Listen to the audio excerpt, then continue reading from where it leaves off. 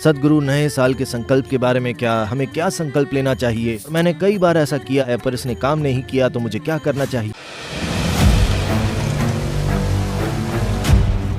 अगर आप अपने जीवन में कुछ बदलाव करना चाहते हैं, आपको कुछ भी छोड़ने की जरूरत नहीं है, इसलिए आपको किसी चीज को जबरदस्ती बदलने वाला संकल्प नहीं चाहिए।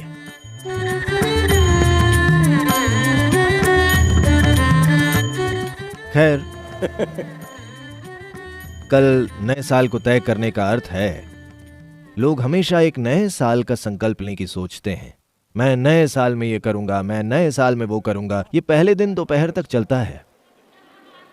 ज्यादा मजबूत इरादे वालों के लिए कुछ दिन चलता है, मगर ज्यादातर लोग जनवरी के अंत तक हार मान लेते हैं, नए साल का संकल्प भूल जाता है।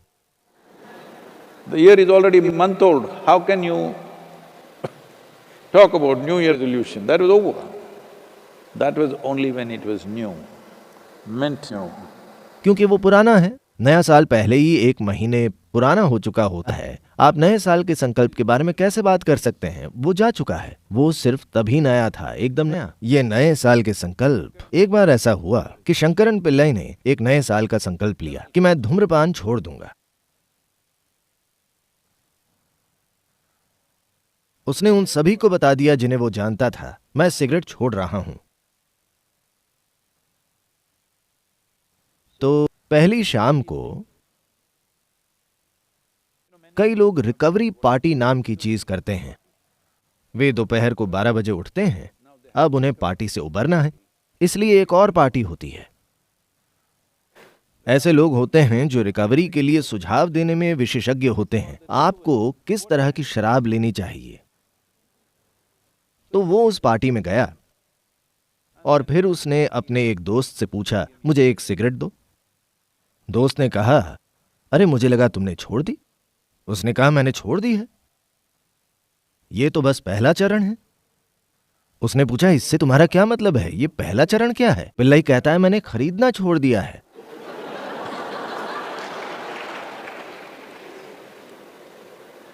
चरण दर चरण लागू करना, आपको पता है। तो विभिन्न चीजें हैं। लोग हमेशा मुझसे पूछते हैं, सदगुरु नए साल के संकल्प के बारे में हमें क्या संकल्प लेना चाहिए, और मैंने कई बार ऐसा किया है पर इसने काम नहीं किया तो मुझे क्या करना चाहिए। आपको कोई नए साल का संकल्प नहीं लेना चाहिए, क्योंकि आप ये तय नहीं कर सकते कि आप किसी खास तारीख को देखते हुए क्या करेंगे। अगर आप अपने जीवन में कुछ बदलाव करना चाहते हैं, मान लीजिए किसी चीज को बदलना है, मान लीजिए आप धूम्रपान छोड़ना चाहते हैं या आप नाक कुरेदना छोड़ना चाहते हैं। नहीं, मैं ये इसलिए कह रहा हूं क्योंकि मैं यूके में कुछ चोटी के मनोचिकित्सकों से बात कर रहा था और उन्होंने मुझे बताया, नाक कुरेदना मनोचिकित्सा में वर्गीकृत बीमारियों में से एक है, नाक कुरेदना। तो आप जो कुछ भी छोड़ना चाहते हैं, आपको कुछ छोड़ने की जरूरत नहीं है। आपको कुल इतना ही करना है कि आपको बाध्यकारी व्यवहार से सचेत व्यवहार की ओर जाना चाहिए। अगर आपको सचेत बनना है तो आपको अपने भीतर उल्लास और आनंद के एक निश्चित बोध में होना चाहिए। क्या आपने ध्यान दिया है, जब आप खुश होते हैं तो आप बहुत सी मजबूरियों को छोड़ सकते हैं।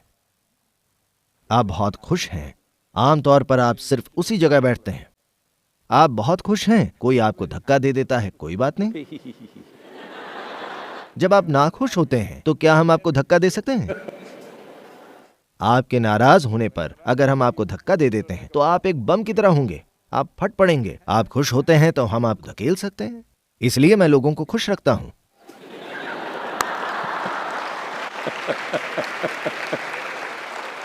क्योंकि जब लोग खुश होते हैं तो आप उन्हें धकेल सकते हैं, ये ठीक है। कुछ भी पूर्ण नहीं है, सब कुछ ठीक है। जब आप नाराज होते हैं तो लोग कंक्रीट की ईंटों की तरह व्यवहार करते हैं, वो सिर्फ इसी तरह हो सकते हैं। इसलिए आपको किसी चीज को जबरदस्ती बदलने वाला संकल्प नहीं चाहिए, आपको चेतना चाहिए। मैं वहां कैसे पहुंचूं? आपको अपनी ऊर्जा को उल्लास के ऊंचे स्तर पर उठाने की ओर काम करने की जरूरत है। अगर आप थोड़े ज्यादा उल्लासित हों तो आप स्वाभाविक रूप से सचेत रहेंगे। अगर आपका जीवन का अनुभव बहुत सुखद होगा तो आप सचेत होंगे।